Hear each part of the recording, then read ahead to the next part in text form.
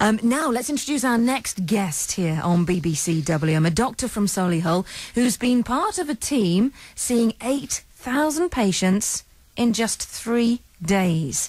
Dr. Victor Sagoo travelled to India as part of the Slum Doctor charity project, and he joins us now. He spent time in a very small village in the state of Punjab where he offered free medical treatment to the locals there. Very pleased to say Dr. Victor is here at BBC WM. Welcome. Hello, Molly. Thank you so much for taking the time to come in and join us and talk about your experience. This does sound a fantastic project. Before we get into what specifically you've done and how you found it in Punjab, tell us a little bit about the Slum Doctor charity project. When was it set up and what does it do?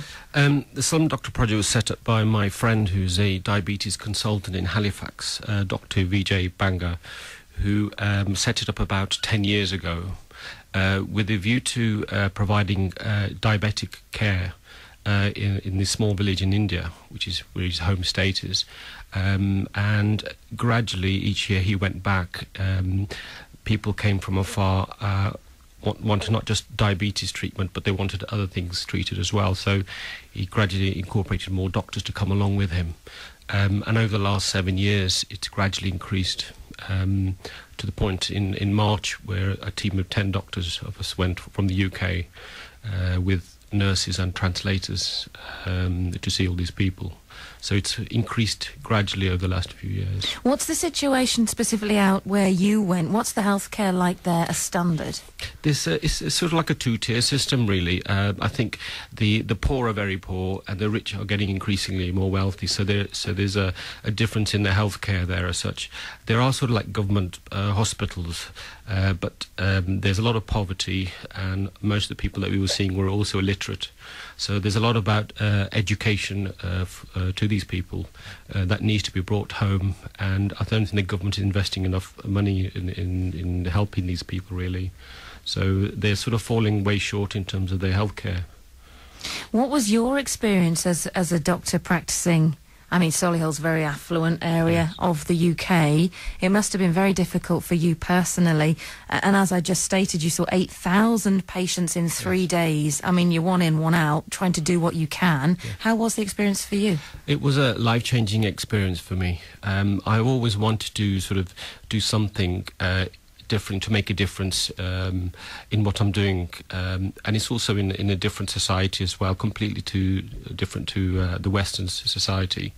But it was very, very humbling going there, really. I wasn't really prepared as much as I saw there, the amount of sea of people that were turned up from miles and miles to see us. And you think, right, we've got a job here to do, and we've got to get through all these people. What did you see, Victor? Did you see desperate conditions from desperate people that you hadn't got the time? I think we saw a lot of pathology, more at the extreme cases, things which could have been picked up at an earlier stage, which could have been managed, wouldn't have got to that stage. Overall, I think it was a lot about to do with the diet and the culture. A lot of these people were not eating the right types of food, and therefore they were getting a lot of stomach problems, like irritable bowel. Nearly everybody had irritable bowel there.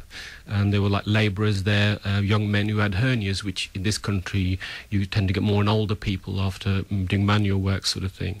But overall, there was a good mix, a cross-section of lots of different medical conditions. Does the Slum Doctor charity project run an education service then, as well as the treatment? Are they educating out there? I think this year was the first year, really, where it actually has gathered momentum. And although we took some translators and nurses, we saw there was a great need to educate these people, because it's not just about just doing a camp once a year and just leaving them on their own. We need to have some basic infrastructure to build up some basic healthcare needs there. So hopefully, when we go again next year, we will hopefully offer some more health education to these people. And are you scheduled to go back next year? Yes. I think when you do something like that, it does change you. It makes you more humble. That you're actually making difference, although it may be a small drop in a large ocean, but you are actually doing something different. And then since I've been back, I've had a lot of my doctor colleagues show tremendous interest in wanting to go next year as well. So hopefully, we will be able to have more of a team next year. And you've got a fundraiser you want to give a mention to. Yes. We try to raise money before we go out there. So we have a dinner dance ball in Bilston on the 15th of October, the Central Banqueting Conference Centre. And the idea is to raise as much money as we can to pay for the drug to take to India. And once we go out there, we sort of pay for all the operations, so that nobody from the point of entry to the point of finishing the camp has to pay for anything at all. Is there a website for this charity, to get details of this charity event and just in general to get more info? Yeah, I mean, the website is www.slumdoctor.co.uk or Slum Doctor Project on Facebook, which we can access. And they've got some really nice pictures of the camp and the people that we met there.